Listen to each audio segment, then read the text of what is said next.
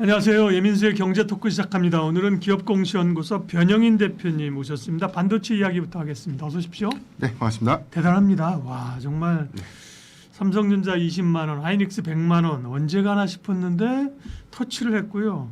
시간상 보면 하이닉스가 몇 시간 더 빨리 갔는데 그죠? 야, 정말 뭐 반도체는 악재가 없네요.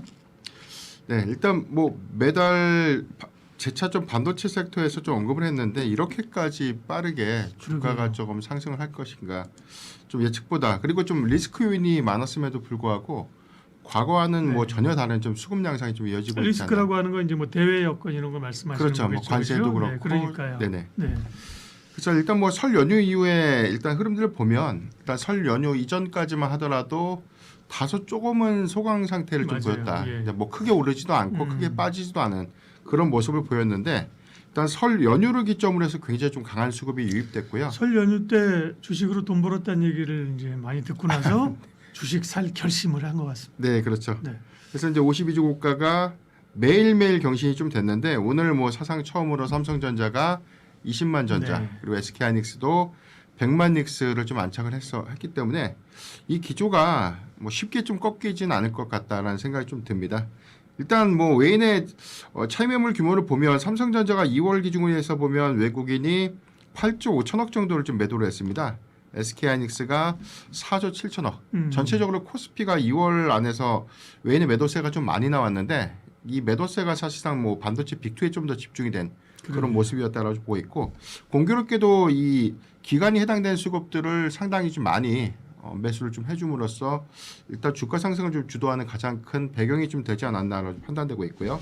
수익 지표를 좀 보더라도 삼성전자가 2월 기준의 수익률이 오늘 기점으로 한 24% 정도, SK하이닉스가 11% 정도 상승을 했는데 일단 뭐 월간 수익률 현재 기준을 보면 SK하이닉스보다는 삼성전자가 그래도 견조한 좀 모습을 좀 보였었고요. 다만 이제 SK하이닉스가 그동안 좀 답답하게 좀 흘러갔던 그 주가 구간 한 80만 원대 이 구간을 좀 돌파한 이후에 최근에는 수급 기조가 조금 더 강하게 조금 유입되면서 좀 돌파를 하게 된 계기가 좀 되고 있지 않나라고 좀 보고 있습니다. 네. 결국은 뭐 실적이죠. 네. 반도체 실적이 계속 좋아지니까 실적 전망치가 올라가고 목표가도 따라오르는 거잖아요. 네, 그렇죠. 일단 뭐 사이클에 대한 기대감이 뭐 재차 유효한데 최근의 기조를 보면 단순하게 우리가 메모리 가격이 좀 좋은 건 좀 잘 알았는데 이게 월간 데이터에서 대한 증감이 계속해서 좀 확인됐지만 최근 단위를 보면 주간 단위에서도 좀 가파르게 이 메모리 가격의 상승 동향들이 좀 확인이 좀 되고 있고요. 최근에 이제 카운터 포인트가 좀 발표한 자료를 보고 있는데 이게 2월 초 기준의 메모리 가격이 작년 이제 12월 대비해서 80에서 한 90% 정도 상승을 했다. 그러니까 이 부분에 대한 사상 최고치 경신이 2월 중에 좀 이루어지고 있는 그런 상황이고요. 디램의 이 마진율이 그동안 우리가 HBM에 좀 더 집중되지 않을까. 그래서 HBM의 마진율이 상대적으로 좀 크다라고 좀 인식을 했는데 이번에 기점으로 보니까 디램의 마진율이 HBM의 마진율을 초과했습니다. 아, 이 부분은 레거시 부분에 대한 가격 상승 기조와 수요 확장 이 기조가 좀 맞물리면서 이익률도 급변하게 좀 변하게 된 계기가 좀 되고 있지 않나. 그래서 메모리 3사의 이번 2026년도 1분기 영업이익률 추정치를 사상 최대로 좀 전망을 했다. 그러니까 이게 최근에 뭐 증권사가 뭐 전체적인 어떤 이 실적 추정치를 좀 올리거나 TP를 좀 상향시키는 좀 계기가 좀 됐고요.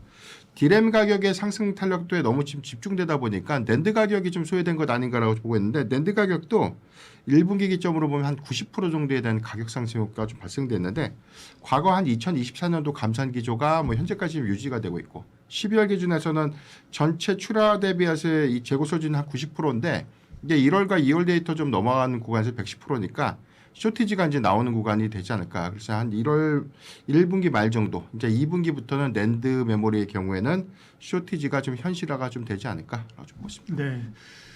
결국 이제 물량이 제한되어 있으니까 가격이 계속 오르는 건데요. 이런 쇼티지 공급 부족이 과연 언제까지 이어질까? 그게 결국 이제 반도체 가격을 결정할 거잖아요. 전망이 어떤가요? 네, 대체적인 내용들은 뭐 컴콜에서 좀 확인이 좀 될 때 이번은 뭐 4분기 대한 내용들보다는 1분기 실적 이후에 컨퍼런스 콜에서에 대한 적정 재고량 이것들이 좀 구체화 좀 되지 않을까라고 보고 있는데 전망치를 보면 메모리 공급사의 이 보유 재고가 현재 뭐 작게는 한 2주 분량, 많게는 4주 분량이니까 만들어지는 족속 좀 나간다. 이제 품목별로는 오히려 좀 없는 물량도 있고요. 전체적인 평균 수치가 한 2주에서 4주 재고분이 2월달 기준에서 좀 제시가 좀 됐던 부분이니까 3월 기점으로 보면 2주 미만.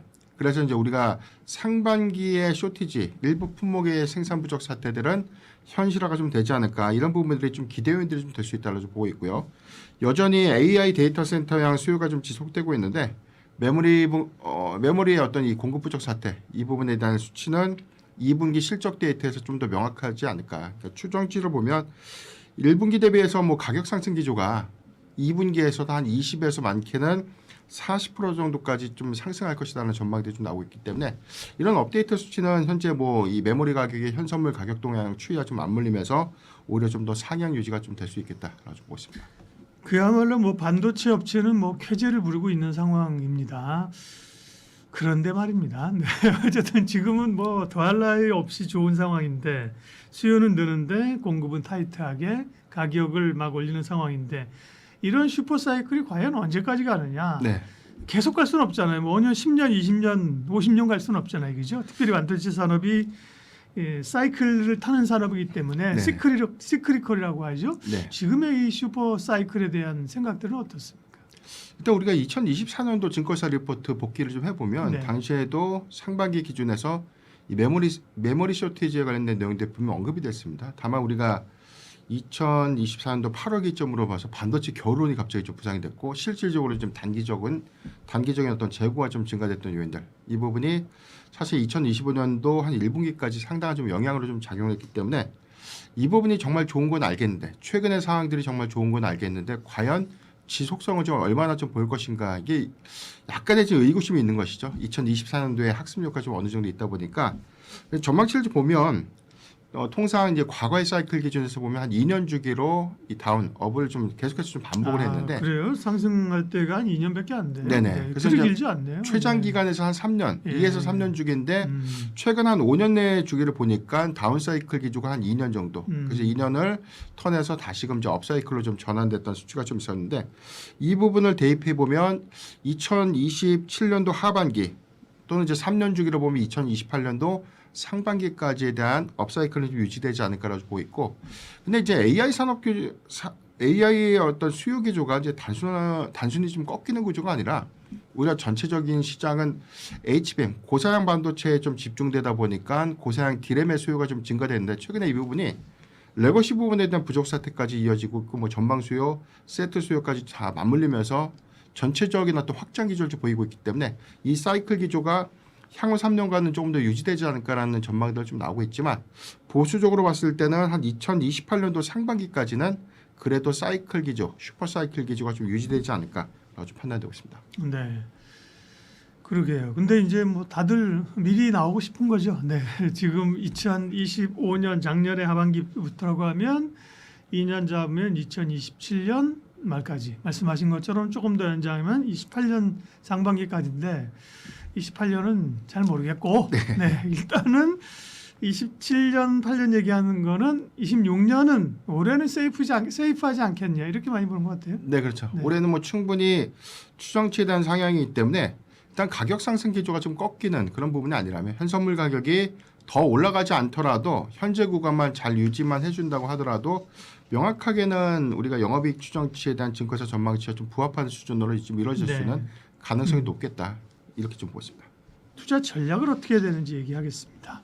기본적으로 그 결국은 이제 가격이 언제 이제 둔화되느냐, 그죠? 계속 네네. 올라가겠지만 올라가는 폭이 둔화되는 시점이 이제 어떤 주가를 판단하는 변곡점이 될 걸로 보는 것 같은데 일단 지금 가격 오르고 일단 이익 전망치가 계속 지금 올라가고 있죠. 투탑에 대한 전망치가 어떻습니까? 네, 4분기 실적 발표 당시까지만 하더라도 우리가 좀 정확하게 복귀를 해보면요, 한 11월 달, 12월 달에 대한 증권사 전망치가 연간 수치로 보면은 사실 뭐 삼성전자가 맥스가 한 80조, 영업이익 기준에 80조, SK하이닉스가 뭐 50조 원대 중반에서 60조 원대, 70조 원대까지 올랐는데 최근 수치를 보면 연간 데이터가 좀 크게 상향됐습니다. 당장 뭐 분기 수치만 보더라도 네. 삼성전자의 영업이익 추정치 평균 컨센서스가 지금 32조 5천억 정도 좀 예상이 좀 되고 있고요. 1분기요. 네.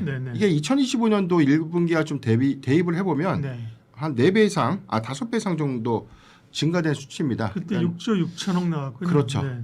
SK하이닉스가 추정치가 28조 2천억 좀 나오고 있고 네. 2025년도 1분기 수치가 7조 4천억이니까 여기서 수치도 한 4배 이상. 그래서 지금 4배에서 최소 뭐 4배 이상, 뭐 5배까지 좀 증가될 수 있는 여력들. 이런 부분들이 현실화가 좀 됐다라고 좀 볼 수가 있겠고요.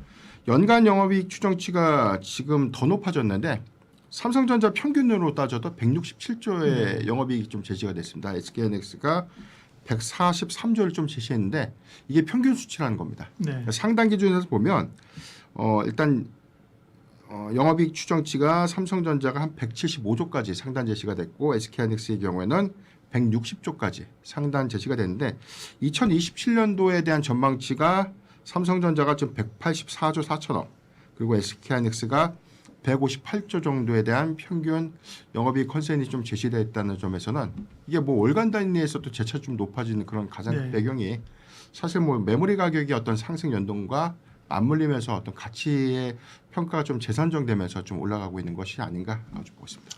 계속 올라가니까 근데 전망치가 그죠? 네. 지금 말씀해 주신 거는 삼성전자가 올해 연간 이익 전망치가 평균으로 네. 167, 뭐 러프하게 170 잡고 네, SK하이닉스가 143조, 140 잡고 170, 140, 310조인데 그죠? 그렇죠. 뭐 외국계에서는 뭐 400조 이상 벌어들이는 것 같아요. 그죠? 네. 그러니까요. 그러니까 이 추정치가 정말 맞는가? 그러니까 저는 사실 제가 의구심 좀 드는 부분이 네. 2024년도에 대한 쇼티지 부분들, 그러니까 이 부분에 대한 추정치는 단순하게 펄을 산정했던 그런 부분들보다는 이익 추정치라는 것은 이제 현선물 단가와 좀 연동되는 구조들 그리고 그렇죠. 수요량과 공급 부족 사태에 따라서 추가적인 어떤 단가 상승 원인들을 복합적으로 전망한 수치다라고 보고 있는데 이 부분은 사실 최근에 쇼티지 기조와 좀 맞물리면서 오히려 이익 추정치를 좀 더 높이는 그런 배경이 됐다고 보고 있고요. 변수 요인은 환율이죠. 환율이 현재처럼 오히려 유지를 해주거나 소폭 더 그렇죠. 높아지는 어떤 계기로 그러면 이익이 늘어날 이어진다면 거고.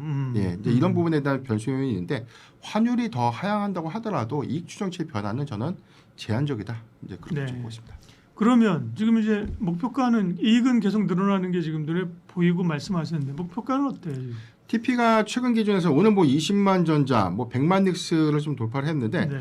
증권사가 초기에 제시했던 목표 주가들은 이미 다 도달이 좀 된 상태입니다. 최근에 신규 커버에 대한 내용들 보니까 상단 기준에서 삼성전자가 한 27만 원 정도로 좀 제시가 좀 됐고요.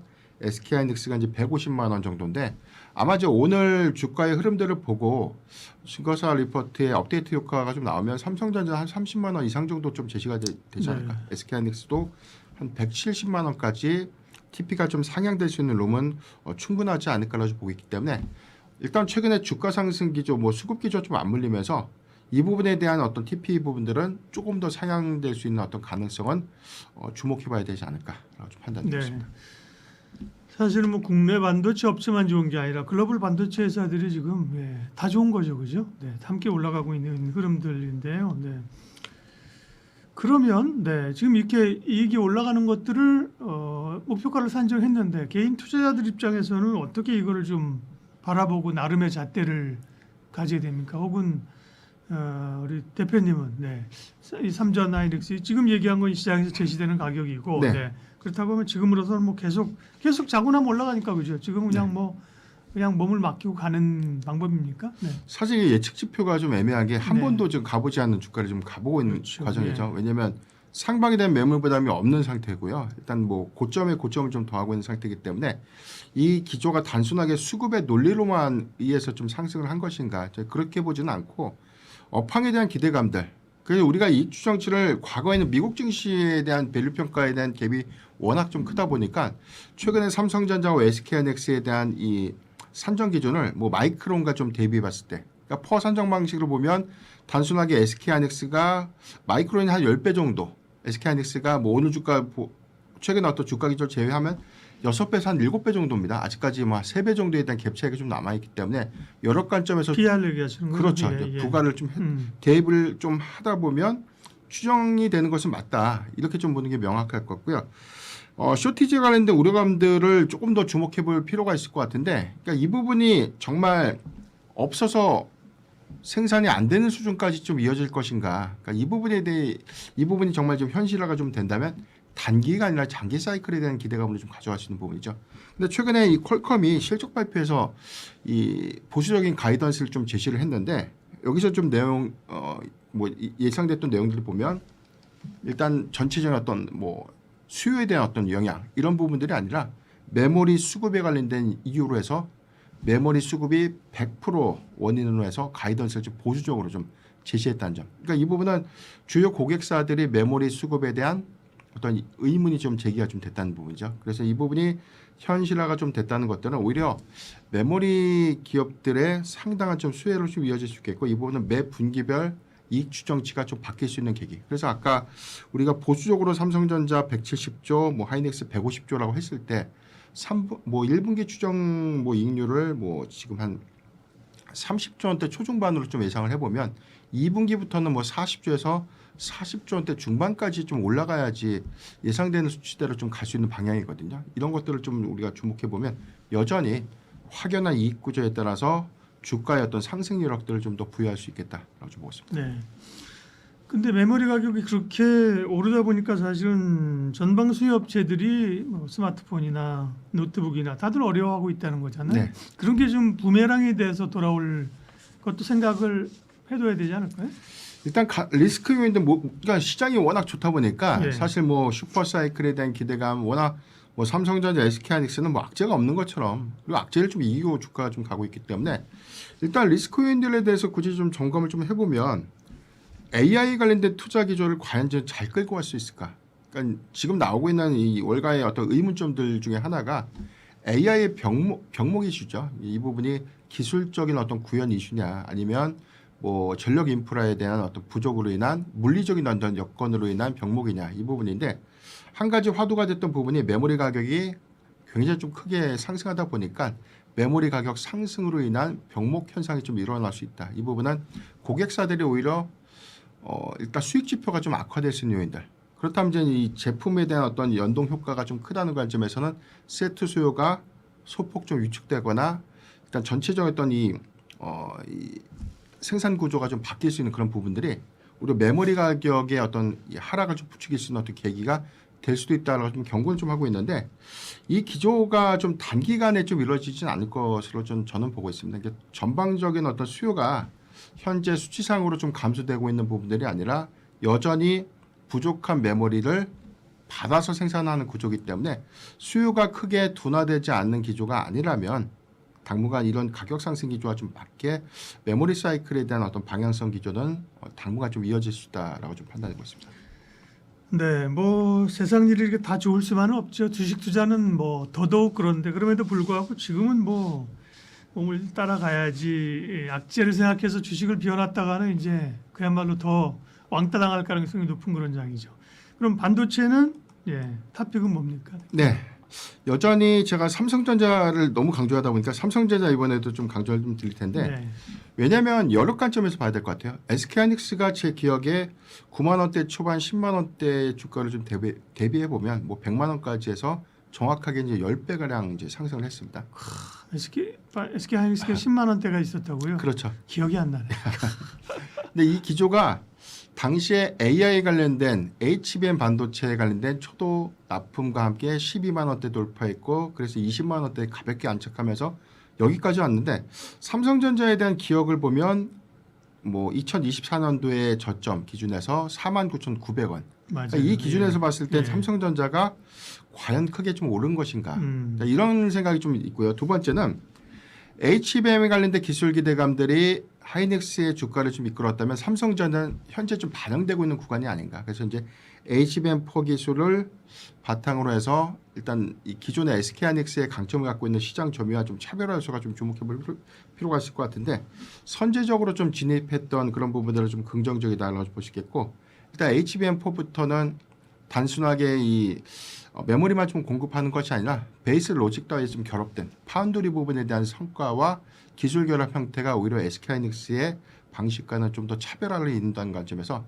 오히려 HBM5부터는 SK하이닉스보다는 조금 더 유리한 고지에서 양산 규모를 좀 늘려갈 수 있는 계기가 좀 될 수 있다는 점, 이 점이 좀 중요할 것 같고요. 두 번째는 파운드리 부분에 대한 경쟁력이 이제부터 좀 부각될 것 같습니다. 그러니까 1분기 기점으로 해서 테슬라의 뭐 AI5 칩은 뭐 TSMC와 이원화 전략으로 해서 양산을 좀 하지만 AI6 칩부터는 삼성전자 단독으로 좀 생산합니다. 그리고 2020년도 거의 뭐 3분기 이후부터는 테일러 팹에 대한 가동률이 크게 좀 증가될 수 있는 부분을 보면 뭐 테슬라를 좀 비롯해서 뭐 애플 같은 주요 고객사들에 대한 점유 물량들이 좀 증가되는 부분들은 TSMC와 좀 크게 좀 벌어졌던 이 파운드리 점유율 격차가 상당히 좀 좁혀질 수 있는 어떤 긍정적인 계기가 좀 될 수 있기 때문에 이 부분에 대한 가치 반영이 좀 이루어진다면 삼성전자에 대한 이익률은 조금 더 주목해 볼 필요가 있다. 그리고 상승 여력 관점에서 주목을 해봐야 되지 않을까라고 좀 판단해 보십니다. 2차 전지 전략 세우겠습니다. 워낙 사실 뭐 반도체가 강하니까요, 그렇죠? 네. 그러나 이제 코스닥에 대한 기대감이 있다. 코스닥이 가려고 하면 2차 전지, 바이오 이런 게 움직여야 되잖아요. 2차 전지가 최근에 움직이긴 하는데 뭐 본업이나 이런 게 아니라 뭐 수급 이슈로 좀 가는 것 같아서 네. 그죠? 고민이 좀 있는 거죠. 네. 일단 코스피 지수와 괴리가 좀 크다라고 좀 볼 수가 있었죠. 뭐 일단 역사적인 신고가가 좀 나오고 있는데 네. 2차 전지 섹터 특히나 뭐 셀사의 경우에도 뭐 2월 중에 수익률 지표 그런데 오늘 지표에서 상승폭을 좀 반영을 하다 보니까 의외로 SK이노베이션이 한 23%대 수익률이 좀 나옵니다. 삼성 SDI가 10%대, LG 에너지 솔루션이 3%대 기간 수익률 보이고 있는데 그동안 뭐 반도체라든가 주요 대형주 종목들에 대한 상승률과 좀 대비돼 보면 여전히 수급 기준 다소 좀 정체됐다라고 좀 보는 게 맞을 것 같고요. 뭐 증시예탁금이라든가 뭐 신용잔고도 역대 최고치 구간까지 이어지고 있는데 2차 전지 섹터의 수급이 뭐 유입은 되고 있는데 연속성은 좀 부재하지 않나라고 좀 판단이 좀 되고 있습니다. 그러니까요.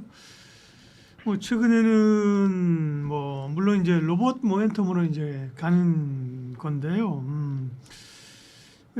상단에 이제 2차 전지 기업들이 있다 보니까 뭐 일단 EV 그죠? 네, EV는 뭐 사실은 좀 멀리 있고 그죠? 네, 그다음에 ESS도 조금 눈에서 멀어졌고 지금 눈에 가장 2차 전지의 강력한 모멘텀은 로봇하고 또 코스닥의 수급인 거죠. 네. 네. 오늘의 상승 기조를 보면 사실 뭐 전고체 배터리에 대한 이 양산 기대감들 그리고 뭐 미국에서 중국의 ESS 통제 관련된 이슈가 좀 그런 있었습니다. 이슈가 이 보면 있었죠. 예. 원격 제어 관련된 부분은 원격 제어 기술이 좀 탑재된 ESS를 일단 수입 금지 또는 이제 제한하겠다라는 방침인데 사실 뭐 과거에 뭐 서버의 백도 이슈가 좀 부각돼 있기 때문에 뭐 화웨이 같은 통신 장비가 미국에 지금 진입을 하지 못했던 것과 좀 결이 좀 비슷하지 않나. 다만 전체적인 사항들이 뭐 ESS의 공급망 전체를 좀 차단하거나 배터리 기술을 모두 다 좀 배제하는 그런 부분들이 좀 아니기 때문에 조금 더 주시를 좀 해봐야 될 것 같고요. 일단 수급적인 기조를 보면 휴머노이드 로봇에 탑재될 수 있는 대안이 전고체 배터리다. 그래서 전고체 배터리 관련된 상용화 기대감들이 재차 수급적인 어떤 기대 요인들이 좀 만들어지면서 1월 달 한 중간에 중순경에 어떤 수급 기조를 좀 끌고 왔는데 2월 달 초까지 이어지는 구간에서 일부 상승폭이 좀 반납이 좀 됐고요. 오늘 일부 좀 반등을 했지만 여전히 상승폭에 대한 어떤 괴리는 지금까지 좀 이어지고 있지 않나. 그러니까 사이클 지표에서에 대한 내용을 좀 봐야 될 것 같은데 반등이 좀 명확하게 되려면 단순하게 뭐 이슈에 의해서만 좀 가는 것은 주가 연속성 관점에서 좀 제한적인 요소이기 그렇죠. 때문에 예. 본업이 사실 좋아져야죠. 그렇죠. 반등이 될 만한 요소가 좀 중요할 텐데 사실 2차 전지 섹터가 수급적인 어떤 노이즈가 좀 반영됐던 가장 큰 원인이 사실 뭐 작년 3분기죠. 그러니까 미국의 전기차 인센티브가 폐지가 됐고 이게 월간 데이터에서 보면 일단 판매량이 좀 감소된 것 그리고 수치상으로 보면 완성차 업체들에 대한 뭐 글로벌 생산 전략이라든가 일단 장기 사업화 전략들이 대폭 좀 수정이 됐기 때문에 12월 달만 보더라도 뭐 28조 원 규모의 셀과 뭐 소재 관련된 공급 계약들이 모두 다 해지됐던 그렇죠. 그런 원인들이 좀 가장 컸는데 오히려 좀 긍정적인 지표가 좀 확인이 좀 되고 있습니다. 글로벌 전기차에 대한 총량들이 작년 기준에서 보면 오히려 21% 정도 글로벌 성장 기준을 좀 이어갔습니다. 다만 이 그래요? 부분은 뭐 중국이 시장을 좀 주도했다는 점. 그러니까 중국을 좀 제외하고 연간으로 좀 보면 유럽 시장이 2024년도 대비해서 35% 가량 정도 증가했는데 일단 2024년도 캐즘의 돌입 구간은 사실상 뭐 이 유럽 시장 안에서 전기차 보조금을 전격적으로 철회하게 되면서 이 판매량이 좀 급감했던 그런 원인들이 좀 가장 컸는데 사실 작년 기조에서 보면 뭐 보조금 정책들이 활발하게 좀 이루어지지 않았음에도 불구하고 반등을 했다는 것이죠. 그러니까 12월 데이터의 기준을 보면 51만 대 정도가 좀 늘었다고 합니다. 이 수치는 최근 뭐 월간 데이터 기준에서는 뭐 가장 큰 폭의 판매량이 유럽 시장 안에서 이제 발생이 됐다. 그러니까 이 부분은 좀 긍정적인 기대 요인들이 좀 될 수 있겠고, 미국 시장에 대한 데이터를 보니까 12월 기준에 대한 연간 데이터 전년 동기 대비해서는 뭐 43% 정도가 좀 감소했습니다. 그러니까 역성장 기조는 4분기를 기점에서 이제 확인이 됐는데, 데이터상에서 보면 뭐 인센티브 종료 후에 뭐 10월달 지표에서는 41% 정도가 좀 감소가 됐고 11월 5.2% 정도 감소. 그러니까 제가 지난달 방송에서 좀 언급을 했는데 12월 데이터는 아직 그때 당시 좀 집계가 좀 안 됐어요. 제가 한 25% 정도 증가되지 않을까라고 전망을 했는데 수치를 보니까 45% 정도가 증가됐습니다. 그러니까 이 부분은 뭐 프로모션에 대한 효과가 좀 있었다고 하더라도 일단 뭐 바닥은 좀 확인했다. 그래서 추세적으로는 뭐 미국 시장도 인센티브 폐지에 관련된 리스크 요인이 있었지만 뭐 일단 판매량이 좀 반등한 점은 긍정적으로 좀 판단되지 않나 보고 있습니다. 그런 거 보면 참 정치가 중요해요, 그죠? 정치인들은 노이즈를 만들어낸 사람이라고 네. 인식돼 있는데, 그 미국이 민주당이 계속 뭐 해리스가 대통령을 이어갔으면 친환경 정책이 계속 갔을 거 아니에요, 네. 그죠? 트럼프가 되면서 이걸 다 뒤집으니까 배터리 업체들이 이제 직격탄을 맞은 거고요. 네. 본업 얘기를 하고 있는데 EV 전기차 쪽이 통틀어서 보면 그래도 성장했다, 그죠? 네. 그러면 이제 미국은 여전히 뭐 제한적이고 부진할 텐데 유럽의 전기차 판매량이 늘었다 그러셨어요. 그 이유는 뭔가요? 예. 일단은 12월 기점에서 보면은 프로모션 효과가 좀 가장 크게 좀 반영됐던 것 같고, 네. 다만 우리가 이제 하반기 유럽의 전기차 판매량이 좀 증가됐던 배경은 테슬라가 좀 잘 팔렸다기보다는 유럽에 있는 뭐 유럽산 전기차가 상대적으로 이 시장 점유량들이 좀 증가된, 그러니까 신차의 출고 효과가 좀 크게 반영이 됐는데, 일단 기대할 수 있는 포인트는 이제 올해가 좀 될 것 같습니다.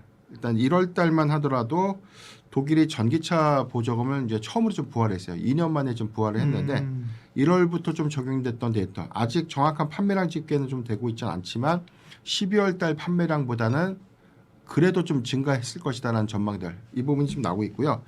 그렇다면은 이제 유럽향 시장의 확장 기조가 명확히 그런 방향성들을 보여준다면 일단 전기차 시장의 어떤 반등 포인트들은 확인할 수 있는 계기가 좀 되지 않을까라고 좀 보고 있습니다. 네, 뭐 전기차 본업이 좋아지면 뭐 말할 나위 없이 좋은 거죠. 네, 그래도 조금씩 변화가 있다고 말씀하셨고, 특별히 이제 유럽 쪽에서의 독일의 전기차 보조금 부활 이런 게 있었군요. 기대가 되고, 또 하나 사실은 EV의 판매, 그다음에 ESS하고 또 중요한 게 리튬 가격이었잖아요. 네. 최근에 2차 전지주가 반등하는데 큰 역할을 한 게 리튬 가격인데, 리튬 가격 동향은 최근에 어떻습니까? 가격 동향을 보면 일단 무너지지 않는다.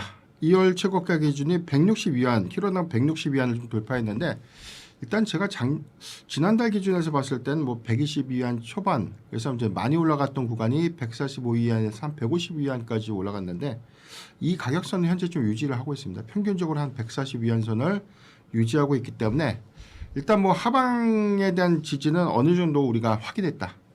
뭐 과거처럼 뭐 80위안 밑으로 좀 떨어질 수 있는 가능성은 제한적이다라고 볼 수 있기 때문에 전체적인 어떤 배터리 출하량들이 올해 이제 1분기부터 회복세를 좀 보이게 된다면 이 부분 충분한 기대 요인들은 될 수 있는데, 생산 효과의 연동 효과는 단순하게 뭐 독일만 전기차 보조금을 부활시킨 것이 아니라 이게 유럽 안에서 주변 국가로 좀 확대될 수 있는 영향이다. 그렇다면은 유럽 시장의 성장률은 2025년도보다 더 크게 좀 증가될 수 있겠고요. 미국 시장의 경우에는 9월 30일자에 전기차 인센티브가 좀 종료됐던 아쉬움이 있지만 지역별로 뭐 각각 뭐 개별 주별로 전기차 보조금을 좀 지급하는 어떤 수단들이 구체화된다거나, 아니면 그럼에도 불구하고 뭐 프로모션 효과가 좀 확대되는 그런 관점에서 미국 안에서에 대한 점유 과정이 작년 4분기보다 좀 완화될 수 있는 기조를 좀 보여준다면, 그래도 전기차 캐증 구간이 완화될 수 있는 부분들, 특히나 리튬 가격의 안정성과 맞물리면서 소재사들의 이익 개선 효과들은 이어질 수 있겠다라고 좀 판단되고 있습니다. 여기에 더해서 뭐 ESS라든가 뭐 전고체, 원통형 배터리 같은 개별적인 어떤 기술 이슈를 좀 갖고 있는 종목들이 선별적인 이슈에 따라서 수급이 좀 유입될 수 있는 부분들은 개인적인 생각으로서 뭐 긍정적인 기대 요인들이 좀 될 수도 있겠다 좀 판단하고 있습니다. 그렇죠. 결국 이제 본업이 늘어서야 이제 반도체도 가는 거 결국 실적이 좋아지는 거잖아요. 뭐 AI 수요가 늘 것이야라는 기대감으로 가는 게 아니라요. 실적이 되는 거기 때문에 전기차 판매가 많이 돼야 되지만 좀 먼 얘기고 리튬 가격도 안정됐고 ESS는 여전히 뭐 주목해야 되는가 성장의 숫자가 좀 찍히는 거는 앞으로 ESS에서 계속 좀 찍혀야 되는 거 아닐까요? 네, 그렇죠. 네. 좀 ESS 부분은 뭐 미국 시장 안에서도 지금 미국 자체 뭐 합작법인 뭐 설립된 뭐 공장 안에서도 전체적인 뭐 전기차 배터리 가동률이 하회됐기 때문에 우리가 뭐 4분기 컨퍼런스 콜에서 우리가 지금 종합해 본 내용들을 보면 일단 2020년도 상반기부터 전기차 배터리에 관련된 가동률 부분을 상당히 좀 ESS 부분으로 좀 대체해서 가동률 좀 올리겠다는 부분이기 때문에 수주의 연동 성과 LG 에너지 솔루션의 경우에는 올해 상당한 수익성 방어를 ESS 부분에서 좀 상쇄시킬 수 있는 어떤 구조적인 부분들이 좀 기대될 수 있겠고 삼성 SDI의 경우에는 좀 LFP 배터리에 관련된 모멘텀 없죠. 다만 3원계 배터리를 좀 기점으로 한 ESS 부분에 대한 이 북미 수주가 아마 올해 이제 상반기부터 구체화되지 않을까. SK 이노베이션도 후발 주자이긴 하지만 북미향 ESS에 관련된 성과가 좀 확인될 수 있는 부분이기 때문에 개별적인 수주가 좀 확대될 수 있는 부분들은 일단 뭐 저조했던 전기차 배터리의 가동률과 대비되게 이익 개선을 위한 충분한 좀 기대 요인들이 좀 될 수 있다는 점도 잘 참고하면 좋을 것 같습니다. 자, 그럼 2차 전지를 지금 앞으로 볼 때는 어떤 것들을 주목해야 돼? 결국은 이제 기저에 깔린 게 이제 코스닥의 강한 부활과 상승을 다 기대하고 있잖아요, 그렇죠? 그런 점에서 그런 코스닥 시장 전체에 영향도가 있을 거고 2차 전지 자체에 또 모멘텀이 있을 네. 거예요. 2차 전지를 바라보는 관전 포인트들이요. 일단 셀사의 경우에는 악화된 수익 지표를 어떻게 좀 타개할 것인가. 그래서 4분기 컨퍼런스 콜에서 상당히 좀 수익성 방어를 위한 노력을 하겠다라고 좀 강조를 했습니다. 이 부분은 뭐 ESS 성과가 있을 수 있고 뭐 원통형 배터리라든가 차세대 배터리에 관련된 기술 강점 이런 부분들 좀 주목을 해봐야 될 것 같은데 앞서 말씀드린 것처럼 뭐 유럽 시장의 회복률, 전체적인 전기차 보조금이 부활될 수 있는 시그널들은 셀사의 어떤 주가를 좀 이끌 수 있는 배경이 좀 될 수 있겠고요. 여기 더해서 사실상 코스닥 시장의 정책 활성화 기대감들이 본격화가 좀 된다면 사실 코스닥 시장의 시총 상위를 좀 차지하고 있는 2차 전지 종목들의 수급 탄력도가 상당히 좀 개선돼야 되는 그런 부분들인데 낙수 효과 관점에서는 좀 기대 요인도 좀 될 수 있겠다라고 좀 보고 있고요. 설 연휴 기간에 단기적으로 좀 이탈됐던 뭐 유동성 부분이 일단 최근 기준에서 보면 증시의 탁금 100조 원대를 다시금 회복해줬다는 점들은 좀 긍정적인데 이 기조가 일단 설 연휴 이전에 이 연기금의 일부 자금 운용 부분들에 대해서 코스닥에 대한 이 편입 과정 이 부분에 대한 논의가 현재 이루어지고 있고 최근에 뭐 이 기금 운용 평가 지침이 좀 개정이 됐습니다. 과거에 코스피의 뭐 100% 정도 평가 포트에 좀 반영됐던 그 내용들이 코스닥 150 지수 편입 유도를 위해서 한 5% 정도에 대한 비율을 좀 배정해서 평가를 하겠다. 이 부분에 대한 시행이 구체가 좀 된다면 패시브 자금이 코스닥 150 지수 안에서에 대한 골고른 어떤 낙수 효과로 좀 이어질 수 있는 부분도 좀 기대 요인들이 될 수 있기 때문에 저는 개별적인 요건들은 뭐 업황이나 리스크 요인들이 좀 많지만 일단 수급적인 어떤 기대 요인들은 코스닥 시장의 어떤 정책 활성화에 대한 본격화 부분과 좀 맞물리면서 유입될 수 있는 부분들 주목해봐야 되지 않을까라고 보고 있습니다. 네. 수급 요인들을 뭐 안 볼 수 없죠. 네. 코스닥은 그러니까 이제 상단에 있는 기업들이 이제 가는 거고요. 그리고 또 2차 전지 관련해서 주목할 포인트는 단기적으로 제가 좀 주목해볼 포인트가 하나 있을 것 같은데 워낙 뭐 이슈가 없다 보니까 오늘같이 뭐 전고체 배터리에 관련된 양산 기대감들 이게 뭐 사실은 뭐 새로운 이슈가 아니라 생성된 것이 다시 한번 좀 반복된 이슈에도 불구하고 그래도 좀 수급이 좀 잘 붙었다는 그런 차이가 좀 있는데 저는 인터배터리 2016 이벤트를 좀 봐야 될 것 같습니다. 예. 다음 달 이제 11일 날 좀 개최가 좀 될 예정인데 예. 작년 인터배터리 때 2차 전지 섹터의 선별적인 수급이 좀 굉장히 좀 좋았습니다. 작년에 공개됐던 내용들이 46파 이제 원통형 배터리 관련된 기술들 여기에 대해서 뭐 전기차량 신기술이 좀 적용됐던 에너지의 어떤 밀도를 좀 높이거나 뭐 파우치형에 대한 변화 그다음에 뭐 각형 구조 그래서 이제 같은 배터리에 대한 어떤 적용량들이 밀도를 어떻게 좀 다르게 가져가고 어떤 파트에서 좀 더 부각될 수 있는가 이런 부분들이 개별적인 종목들의 상승을 좀 이끌었는데 이번 인터배터리 2016의 가장 큰 화두가 좀 될 수 있는 부분은 역시나 이제 로봇에 적용되고 있는 배터리 기술.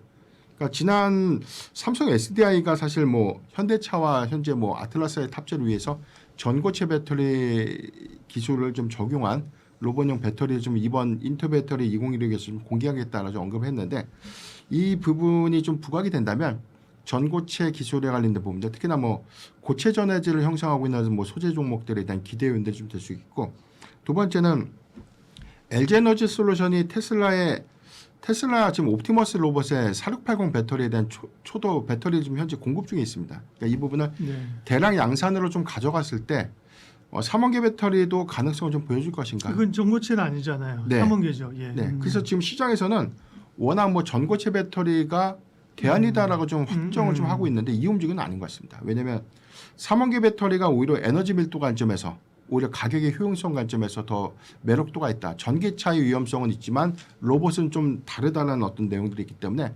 이번에 LG 에너지 솔루션이 사실상 이 옵티머스에 적용되고 있는 원통형 배터리의 공급 이슈가 그렇게 크게 주가에 좀 영향을 좀 끼치지 못했는데 이번 인터 배터리를 좀 기회로 보면 해당되는 어떤 이 구조적 변화 부분들, 특히나 적용 요소가 좀 확대될 수 있는 어떤 부분들은 기대의 요인들이 좀 될 수 있지 않을까라고 보고 있습니다.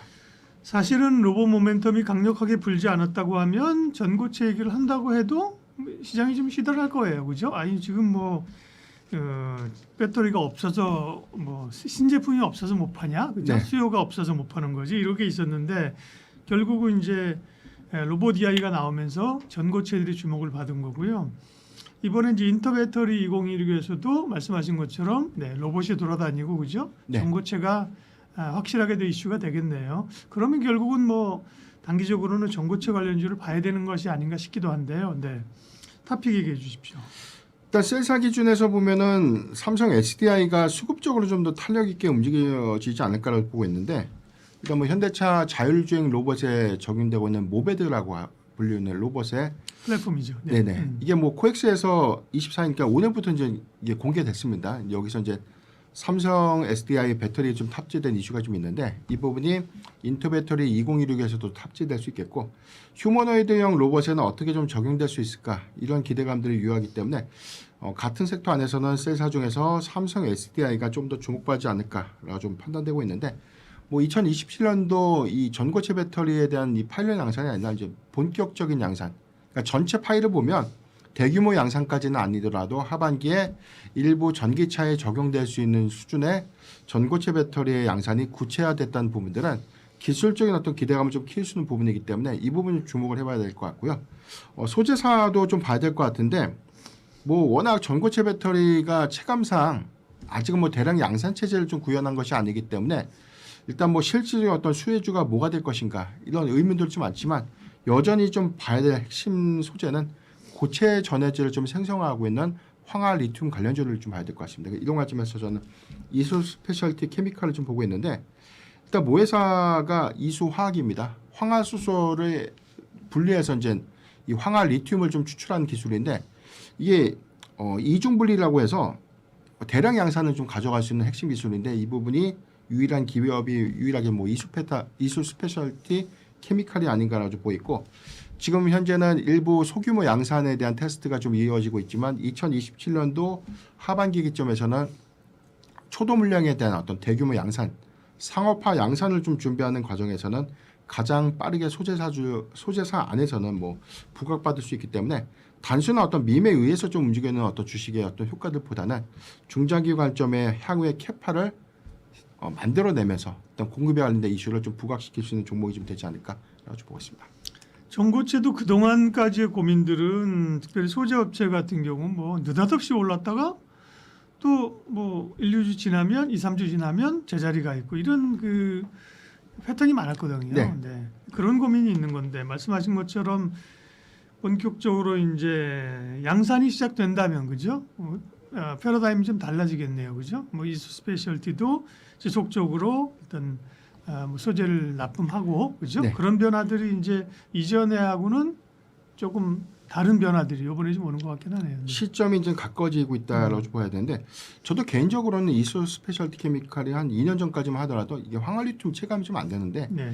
2027년도에 대한 이 부분 양산을 좀 감안해 보면 황화 리튬의 소유량들이 증가될 수 있는 부분인데 사실은 뭐 중국이 대체 수단이 좀 될 수 있는데 국내에서는 대량 양산 체제를 좀 구축할 수 있는 기업이 동사 좀 유연하지 않을까. 그러니까 이수화학의 황화수소를 안정적으로 좀 공급받을 수 있는 이점을 좀 갖고 있기 때문에 향후의 밸류체인 관점에서도 기대의 요인들 좀 될 수 있겠고요. 그러니까 이런 부분들이 상용화에 따라서 실적과 좀 연동되는 구조를 좀 가져간다면 수익지표상에서는 뭐 내년도 하반기 2028년도부터는 뭐 일부 매출이 좀 기여될 수 있는 그런 부분들 주목해봐야 되지 않을까 아주 판단되고 있습니다. 원전주 얘기하겠습니다.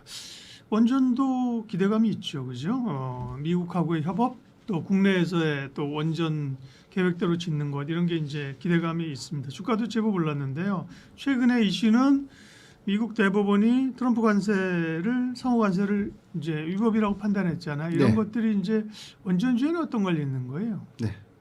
일단 위법으로 판결이 좀 됐는데 즉시 뭐 15%의 관세가 좀 부과됐습니다. 그러니까 이 부분 때문에 사실 관세가 번복되는 것이 아닌가. 그렇다면 뭐 대미 투자에 약속됐던 합의되었던 대미 투자 기조가 좀 바뀌는 것이 아닌가.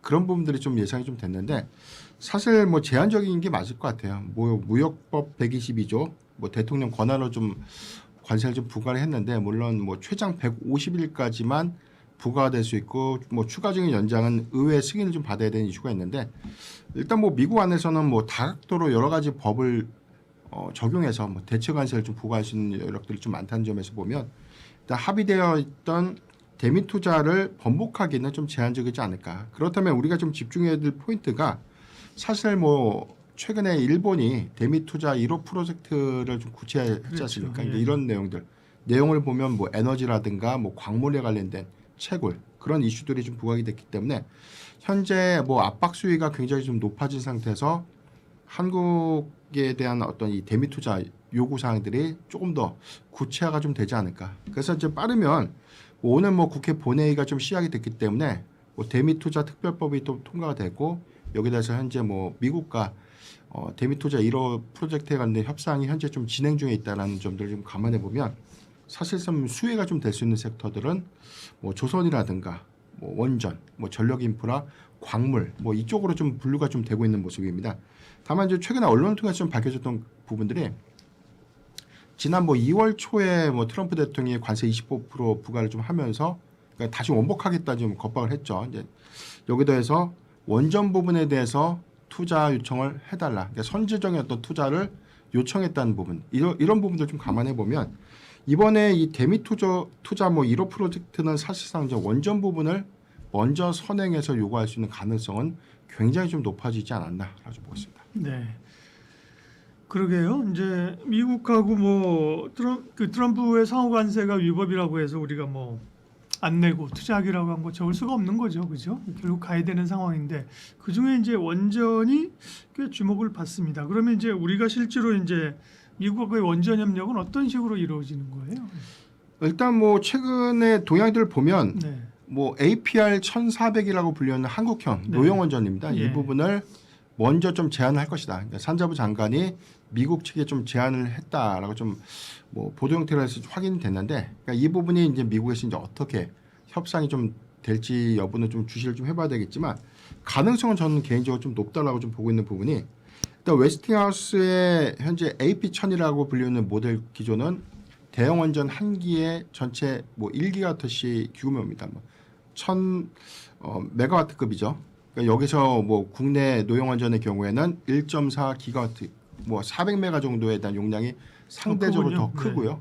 그래서 1,400이구나. 1,400 네네. 그죠? 웨스팅하우스는 AP1000이고 그렇죠. 용량을 얘기하는 거네요. 예. 그래서 이제 더 용량이 크고 건축비가 시공 비용이 오히려 조금 더 낮고 경제적인 어떤 효용성 부분들이 더 매력적이다. 그래서 이제 뭐 현재 이 뭐 중동 지역에 아랍에미리트에 지금 건설된 원전의 경우에도 노영 원전이 현재 좀 건설돼서 좀 가동이 좀 되고 있는 그런 상태인데 일단 웨스팅하우스와 체결됐던 뭐 지적권 합의 사항들이 뭐 핵심적인 어떤 내용들을 좀 구체화되지 못했지만 이런 부분들을 보면 미국 안에서에 대한 사업 진출을도 상당히 웨스팅하우스의 어떤 허가를 좀 받아야 되는 그런 상황들을 좀 감안할 때 이해관계적인 측면들은 일단 그 부분들이 리스크 요인들이 좀 될 수는 있죠. 다만 이 부분이 뭐 미국 안에서도 확장적인 원전 정책 그리고 2030년도까지 대형 원전 뭐 10기 그다음에 소형 모듈 원전의 경우에는 상반기 전체적인 어떤 프로젝트가 구체화되지 않았지만 작년 12월 에너지부에서 결정되고 있던 지원 대상 법인을 보니까 한 8개 정도가 좀 먼저 갈 것 같습니다. 그러니까 전체적으로는 대형원전 10개, 뭐 SMR이 한 8개 정도가 올해 좀 본격화 될 수 있겠고 이 부분은 이제 플러스 알파의 요인이 있기 때문에 뭐 전체적인 어떤 전력 수급에 대한 내용들을 좀 확인해 보면 이 부분은 모두 다 웨스팅하우스가 좀 독점하기에는 상당히 좀 어려움이 있겠다. 특히나 뭐 설계 부분에 관련된 어떤 우려감들이 좀 크기 때문에 한국형 노영원전 부분들은 미국 측의 이해관계와도 상당히 좀 부합한다는 점에서는 좀 기대 요인이 될 수 있겠다고 보고 있습니다. 미국하고의 원전 협력이 한 축이고요. 또 이제 국내에서 그 계획됐던 원전을 짓기로 했잖아요. 네. 국내 모멘텀, 파괴된 생태계 복원 이런 기대감도 있어요. 그러면 이제 원전주 관전 포인트 전략 세워볼게요. 네. 일단 대체적으로 좀 봤을 때는 뭐 해외 성과 부분들은 뭐 대미 투자에 관련된 본격화 부분은 충분한 좀 기대 요인들 좀 될 수 있는 부분인데 뭐 이 부분을 좀 논의를 하더라도 국내의 경우에도 11차 전기본이 뭐 확정이 좀 됐습니다. 다만 이 착공이 2030년도 이후죠. 그러니까 시운전 상업화 운전 목표가 2037에서 한 2038년도까지가 좀 남아있기 때문에 먼 얘기이긴 하군요. 네, 시점에 대한 괴리는 좀 남아있는데 기대 요인들이 좀 될 수 있는 부분이 한수원이 최근에 이 부지 선정을 위한 유치 공모 절차에 착수를 했고 이게 3월 말 기준으로 좀 접수가 종료가 됩니다. 대체적으로 지자체에 대한 어떤 니즈를 보니까 현재 원전을 가동하고 있는 동해안 원전벨트 쪽에 속한 뭐 지자체들이 이번에도 동일하게 원전 부지 입찰을 하지 않을까라고 좀 판단이 좀 되고 있고 일단 SMR이 좀 중요할 것 같은데 SMR 후보지가 한 2가지 지역으로 좀 거론이 좀 되고 있습니다. 경주와 이제 부산 기장군인데 SMR은 사실상 우리나라에서 우리나라 표준 설계 기준을 갖고 처음으로 좀 그러니까 상업하는 그런 기술이기 때문에 이 부분에 대한 어떤 가동 성과들이 안정성을 확인하게 된다면 이 부분은 뭐 서해안이라든가 내륙까지도 이어질 수 있는 부분들 이 부분은 충분한 좀 기대 요인들이 있기 때문에 일단 뭐 전체적인 어떤 이 기조는 수급적인 어떤 기대 요인들을 좀 반영시킬 수 있는 긍정적인 어떤 기대감을 우리가 주목해봐야 되지 않을까라고 보고 있습니다. SMR이 뭐 아시는 것처럼 소형 모듈 원전이기 때문에 그냥 아무데나 공장 짓듯이 그냥 공장 옆에 뚝딱뚝딱 지어가지고 전기 생산하면 되는 줄 알았더니 뭐 그런 건 아닌 것 같네요, 그죠? 이것도 이제 1차적인 후보지를 좀 선정해서 시험 가동해 보고 그죠? 기존 원전보다야 훨씬 더 가볍긴 할 텐데 그죠? 네. 안정성에 대한 뭐 아무래도 이제 검증이 필요하다 보니까 뭐 대형 원전은 당연히 뭐 해안가에 좀 인접한 지역에 건설을 하는 것이 뭐 국내 이해관계에 좀 부합하는 그런 부분들이고 SMR 경우에는 안전성이 좀 보장이 된다면 뭐 내륙에 건설을 안 할 이유가 없는데 초기적인 뭐 원전 벨트에서 먼저 해보고 이 부분에 대한 안전성이라든가 상업화 운전 검토 이후에 그래서 주목해 볼 포인트가 올해 상반기에 이제 12차 전기본 초안이 구체화가 좀 될 것이다라는 전망들이 나오고 있는데 최근에 원자력 협의회에서 아까 얘기한 건 11차였고요. 네, 11차는 이미 확정된 사업이기 때문에 2030년도 착공이 시작되는 것이고요. 이제 12차는 이제 그 이유가 좀 될 수 있는 부분인데 12차 이 전기본 초안에 대해서 최근에 이 공청회가 하나 있었습니다. 원자력 협의회에서 회의를 했는데 대형 원전이 최소 2개에서 4개 정도 있어야 된다. 그러니까 한국의 데이터 센터의 건립 속도가 좀 맞물리면서 한국도 전력 수급에 대한 화두가 좀 부각이 되는 셈이거든요. 그런데 이제 소형 모듈 원전이 4개 이상이 좀 논의가 됐다는 점. 근데 4개 이상이 대형 원전을 좀 포함해서기 때문에 제가 개인적으로 좀 생각할 때는 SMR에 대한 안정성들이 어느 정도 입증이 된다면 저는 대형 원전 수의 이 기수가 좀 줄어들고 소형 모듈 원전 기수가 뭐 최소한 8기 이상 정도로 좀 증가될 수 있는 그런 부분들 좀 기대 요인들 좀 될 수 있는데 중장기 관점에서는 일단 뭐 이 탈원전 정책에서 친원전 정책으로 좀 전환될 수 있는 부분들 그래서 12차 전기본의 경우에는 11차 대비해서 오히려 좀 확장세를 좀 보일 수 있다는 점들은 원전 산업의 낙수 효과로 좀 이어질 수 있는 부분이기 때문에 수급적인 좀 기대 요인대로 될 수도 있겠다 좀 판단되고 있습니다. 네. 근데 원전주도 사실은 이런 그 기대감들은 꽤 있는데요. 산업도 성장하는데 투자는 사실 쉽지는 않아요. 반도체 뭐 삼성전자, 하이닉스 사면 되거든요. 그렇죠? 자동차 하면 현대차 사면 돼요. 그렇죠? 근데 원전 관련주는 일단 두산 에너빌리티가 대장지고 여타 이제 한전 브라더스가 있고 그렇죠. 그다음에 조그만 기업들이 많아가지고 투자가 좀 까다로워요. 타픽은요? 타픽은 일단 2가지 종목을 좀 봐야 될 것 같은데요. 뭐 박사님께서 말씀하셨던 것처럼 두산 에너빌리티는 당연히 좀 봐야 되는 종목이 아닌가. 네. 지금 최근에 주가 동향을 보면 10만 원대가 굉장히 좀 버거웠는데 10만 원대를 좀 가볍게 좀 돌파한 이후에 수급이 그래도 좀 견조하게 이어가고 있는 모습을 좀 보여주고 있고요.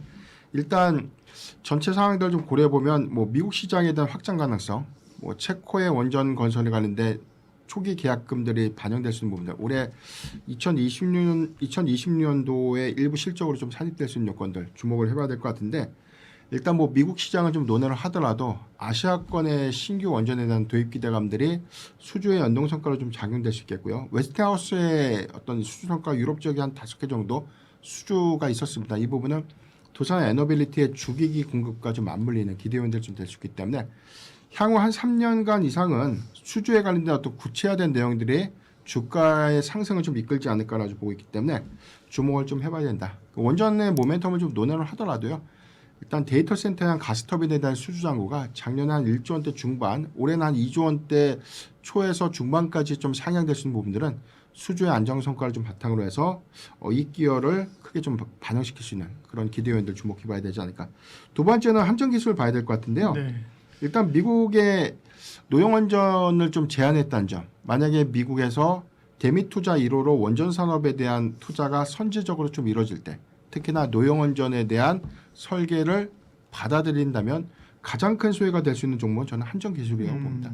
그러니까 APR 1400에 대한 독점적인 어떤 설계 용역 기술을 좀 갖고 있죠. 이 부분은 뭐 매출 성과와 연동되는 구조이기 때문에 가장 큰 수급적인 기대요인들이 좀 될 수 있겠고, 올해 체코 원전 2개의 사전 설계 용역비가 이제 매출로 좀 잡힙니다. 그렇게 이제 금액은 크지 않은데 1,000억에서 한 2,000억 정도 미만으로 좀 반영되는 수치들, 그리고 작년에 일회성 비용들을 일부 좀 반영된 이후에 올해는 수익 지표가 좀 개선될 수 있는 부분들이기 때문에 원전 부분에 대한 수주 실적이 반영되는 구간 이후에 향후의 수주 기대감들을 좀 주목해 보면 한전기술의 추가적인 상승 여력 주목해 봐야 되지 않을까라고 보고 있습니다.